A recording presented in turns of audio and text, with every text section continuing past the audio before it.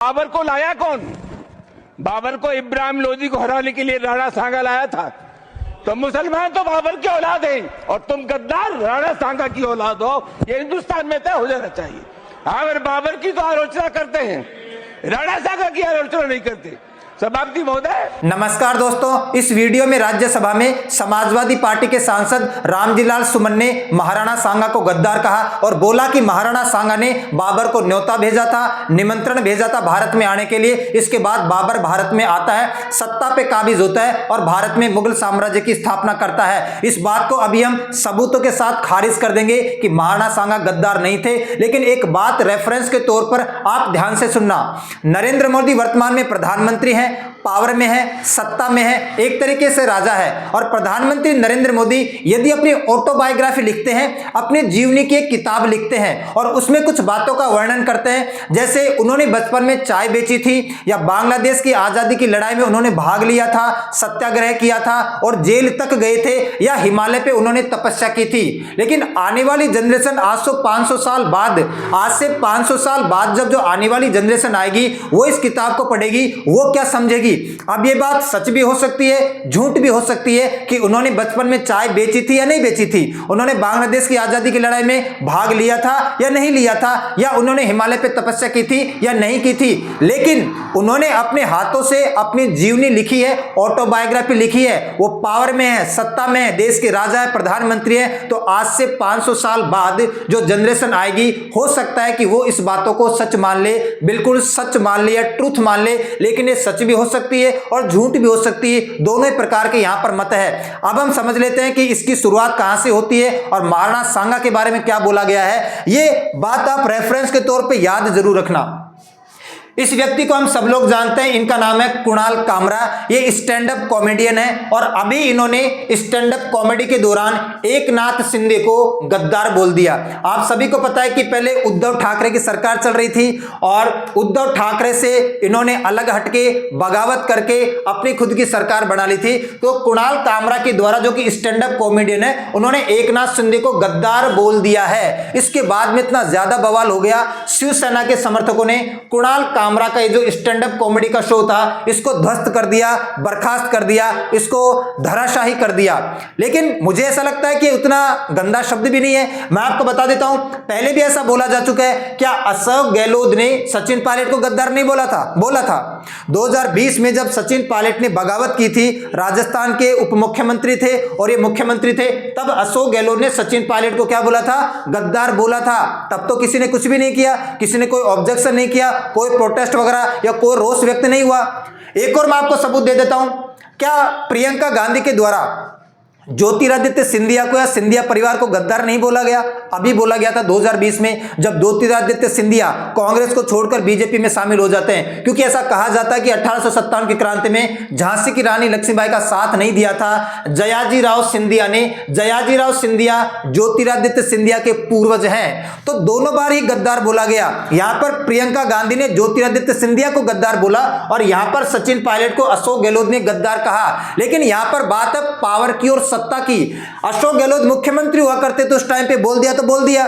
प्रियंका गांधी भी opposition party की सबसे बड़ी लीडर है, ज्योतिरादित्य सिंधिया को गद्दार बोल दिया तो बोल दिया। लेकिन यहां पर कुणाल कामरा एक सामान्य आदमी है, इसने एकनाथ शिंदे को गद्दार बोल दिया और वर्तमान में बीजेपी के गठबंधन के साथ एकनाथ शिंदे महाराष्ट्र में सरकार चला रहे हैं, वो उप मुख्यमंत्री है। मैं आपको गारंटी देता हूं कि अगर महाराष्ट्र के अंदर उद्धव ठाकरे की सरकार चल रही होती, एकनाथ शिंदे की पावर नहीं होती या उप मुख्यमंत्री मुख्यमंत्री नहीं होते, वो एक सामान्य आदमी होते, तो कुणाल कामरा का कुछ भी नहीं होता। खेल है यहां पर सारा का सारा पावर का, सत्ता का। गद्दार शब्द इतना बुरा भी नहीं है। जब कोई देश के साथ गद्दारी करता है, अपनी पार्टी के साथ गद्दारी करता है, तो गद्दार बोलना स्वाभाविक होता है। यहां पर अशोक गहलोत ने भी सचिन पायलट को बोला हुआ है और वहां पर आपको पता है कि प्रियंका गांधी ने भी ज्योतिरादित्य सिंधिया को बोला हुआ है। लेकिन कुणाल कामरा एक सामान्य आदमी है। मैं कुणाल कामरा का पक्ष नहीं ले रहा, लेकिन मैं आपको यह सिद्ध करके बता रहा हूं कि यदि एकनाथ शिंदे पावर में नहीं होते, बीजेपी के साथ गठबंधन करके सरकार नहीं चला रहे होते वर्तमान में, इस वक्त उद्धव ठाकरे की सरकार होती महाराष्ट्र के अंदर,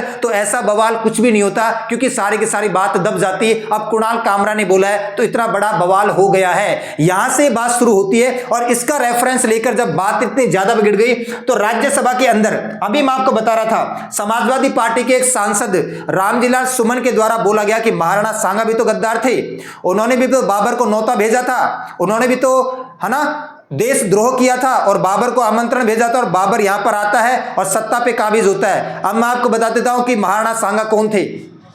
महाराणा सांगा एक वीर पराक्रमी योद्धा, बहुत ही शक्तिशाली योद्धा, जिनकी एक आंख नहीं थी, एक हाथ नहीं था और शरीर पे अनगिनत घाव हुआ करते थे, और अंत समय में तो इनके शरीर पर 80 से ज्यादा घाव थे और एक पैर भी नहीं था, फिर भी इन्होंने लड़ाइयां लड़ी थी। जितनी भी लड़ाइयां इन्होंने अपने जीवन काल में लड़ी है सारी की सारी जीती है। और मैं आपको बता दूं, इनको हिंदुपत भी कहा जाता है। इस वक्त दिल्ली के तख्त पर इब्राहिम लोदी बैठा है और इब्राहिम लोदी इनके सामने कुछ भी नहीं है। इब्राहिम लोदी और महाराणा सांगा का 18 बार आमना सामना हो चुके हैं। गुजरात से इब्राहिम लोदी को खदेड़ के भगा दिया था इन्होंने, मालवा से इब्राहिम लोदी को खदेड़ के भगा दिया था इन्होंने, और दिल्ली तक सीमित कर दिया था इब्राहिम लोदी को। 18 बार महाराणा सांगा का और इब्राहिम लोदी का आमना सामना होता है। 18 की 18 बार ही इब्राहिम लोदी को महाराणा सांगा ने क्या दी है, शिकस्त दी है। और मैं आपको बता दूं, 2 युद्ध तो बिल्कुल यहां पर आमने सामने लड़े गए थे और बिल्कुल दिल्ली के आसपास लड़े गए थे।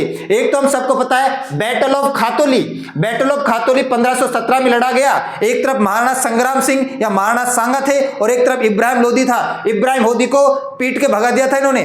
फिर 1519 में बैटल ऑफ धौलपुर लड़ा गया इब्राहिम लोदी और महाराणा सांगा के बीच में। इस युद्ध के अंदर ही महाराणा सांगा ने पकड़ के इब्राहिम लोदी को पीट दिया था और वापस से भगा दिया था।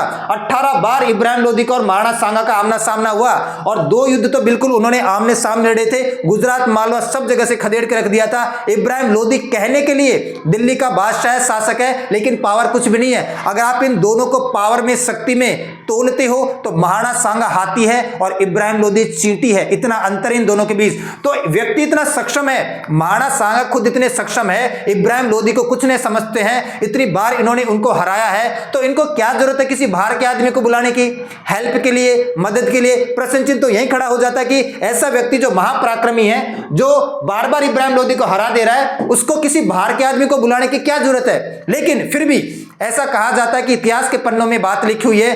बाबर ने एक किताब लिखी थी जिसको बाबर की जीवनी भी कहा जाता है या बाबर की ऑटोबायोग्राफी भी कहा जाता है, जिसको तुजुक ए बाबरी भी कह देते हैं या इसको बाबरनामा भी कह दिया जाता है। इसी का नाम है। हम सब लोग इतिहास में पढ़ते हैं कि बाबर ने खुद की जीवनी ऑटोबायोग्राफी लिखी थी और इस ऑटोबायोग्राफी या जीवनी जिसका नाम तुजुक ए बाबरी या बाबरनामा है, इस किताब में एक लाइन लिखी हुई मिलती है कि बाबर ने लिखा था कि मुझे राणा सांगा ने न्योता भेजा था, मुझे राणा सांगा ने निमंत्रण भेजा था। तो पहले ही मैं बात सिरे से नकार चुका हूं कि बाबर की महाराणा सांगा को कोई जरूरत नहीं है इब्राहिम लोदी को हराने के लिए। फिर भी अगर किताब के पन्नों में बात मिलती है तो आखिर मिलती कहां है? आप इस बात को ध्यान से देखना, यह बात हमें मिलती कहां है?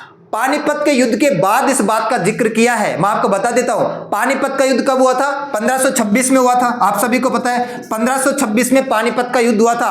पानीपत का युद्ध बाबर का 5वां प्रयास था। इससे पहले बाबर 4 बार प्रयास कर चुका था भारत पर अटैक करने के लिए, भारत को जीतने के लिए। 5वें प्रयास में आपको पता है कि पानीपत के युद्ध में बाबर इब्राहिम लोदी को, दिल्ली के बादशाह को हरा देता है, उसके बाद सत्ता पे काबिज हो जाता है। तो ये जो वक्त जिक्र हमें मिलता है कि बाबर ने अपनी किताब में महाराणा सांगा के न्योते का जिक्र किया कि मुझे महाराणा सांगा ने न्योता भेजा था, लेकिन वो मिलता है पानीपत के युद्ध के बाद। आप इस बात को समझो कि बाबर यहां पर आ चुका है, एस्टेब्लिश हो चुका है, इब्राहिम लोदी को हरा चुका है, दिल्ली के तख्त पर बैठ चुका है, शासन संभाल चुका है, यहां का राजा बादशाह बन चुका है। तब वो इस बात का जिक्र कर रहा है कि मुझे राणा सांगा ने न्योता भेजा था। और न्योता किस बात का भेजा था भाई?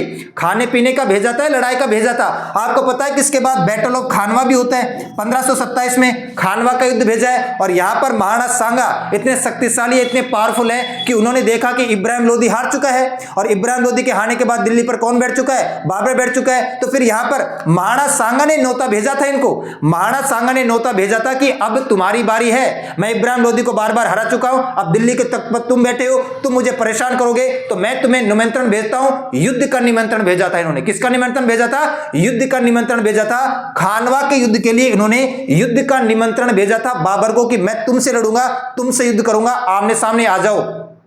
लेकिन इन बातों को इतिहास के पन्नों में तोड़ मरोड़ के पेश किया गया। ऐसा कहा गया कि बाबर को बुलाना ही महाराणा सांगा ने है। अरे बाबर पहले आ चुका है, इब्राहिम लोदी से लड़ चुका है, सत्ता पे काबू हो चुका है, उसके बाद ये नौते की बात हो रही है। मतलब महाराणा सांगा ने इनको शुरुआत में नहीं बुलाया था, वरना बाबर जब अपनी जीवनी लिख रहा था तो शुरुआती दौर में इन पन्नों का जिक्र करना चाहिए उनको। जब वो भारत में आ रहा था, भारत की तरफ कूच कर रहा था, भारत की तरफ बढ़ रहा था शासन प्रशासन के लिए, उसी वक्त उनको 1519 या 1520 के आसपास अपनी किताब में जिक्र करना चाहिए था। लेकिन पानीपत के युद्ध के बाद उन्होंने इस बात का जिक्र किया है। यह हमें यह दर्शाता है कि वो भारत में आ चुका है, इब्राहिम लोदी को हरा चुका है, सत्ता पे काबिज हो चुका है। और यहां पर महाराणा सांगा ने उनको न्योता भेजा जरूर है, लेकिन वो इस वजह से भेजा कि मैं तुमसे लड़ना चाहता हूं, आ जाओ, दो दो हाथ कर लेते हैं, आमने सामने हो जाते हैं। लेकिन आपको पता है कि बैटल ऑफ खानवा में महाराणा सांगा की हार हो जाती है और उसके बाद में आपको पता है कि बाबर अन्य चंदेरी के युद्ध को, घाघरा के युद्ध को सबको जीतता जाता है और सत्ता पे काबिज हो जाता है। तो महाराणा सांगा बहादुर थे,